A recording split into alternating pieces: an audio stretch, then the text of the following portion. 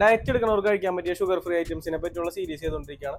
ഇന്ന് പറയാൻ പോണത് ഇത് ആക്ച്വലി ഹെൽത്തി ആണോ, ഡയബറ്റിക് ഉള്ളവർക്ക് കഴിക്കാൻ പറ്റുമോ, ഡയറ്റ് ഉള്ളവർക്ക് ആക്ച്വലി ഇത് ഗുഡ് ആണോ, അല്ലെങ്കിൽ ഇതിന് വേറെ എന്തെങ്കിലും പ്രശ്നങ്ങളുണ്ടോ, എല്ലാം നമ്മൾ ഇന്ന് ഈ വീഡിയോയിൽ ഡിസ്കസ് ചെയ്യും.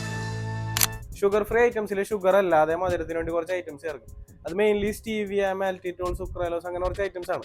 അതിൽ ഹെൽത്തി ആയിട്ടുള്ള ഐറ്റം സ്റ്റീവിയ ആണ്, പ്ലാന്റ് ബേസ്ഡ് ആണ്, മോർ ബെറ്റർ ആണ്, മോർ ഹെൽത്തി ആണ്. പക്ഷെ ഒരു പ്രശ്നം എന്താണെന്ന് വെച്ചാൽ അതിന് കഴിച്ച് കഴിയുമ്പോൾ ലൈറ്റ് ആയിട്ടൊരു കയ്പ്പ് ഫീൽ ചെയ്യും.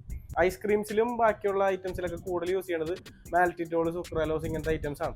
കാരണം അതിൽ ഈ കയ്പ്പ് ഉണ്ടാവില്ല. പിന്നെ അതിൻ്റെ ഒരു ഡിസഡ്വാൻറ്റേജ് എന്ന് പറഞ്ഞാൽ ചിലപ്പോൾ ചെറുതായിട്ട് ചെറിയ രീതിയിൽ വയറുവേദന എടുക്കാം അങ്ങനെ.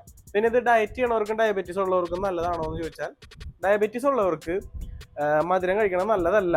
എപ്പോഴെങ്കിലും ഷുഗർ കഴിക്കണം എന്ന് തോന്നിക്കഴിഞ്ഞാൽ ഇത് കഴിച്ചാൽ മതി. വല്ലപ്പോഴും ഒക്കെ നമുക്ക് ട്രൈ ഔട്ട് ചെയ്യാം. ഷുഗറിനേക്കാൾ ബെറ്റർ ആണ് എന്ന് വെച്ചിട്ട് റെഗുലർലി ഇരുന്ന് മധുരം ഇല്ലാന്ന് പറഞ്ഞിരുന്ന് കഴിച്ചു കഴിഞ്ഞാൽ പെട്ടിയിലാവും.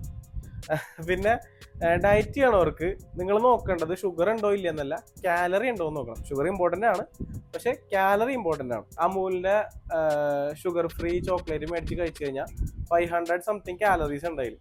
അപ്പം അത് ഒരിക്കലും നല്ലൊരു ഓപ്ഷൻ അല്ല.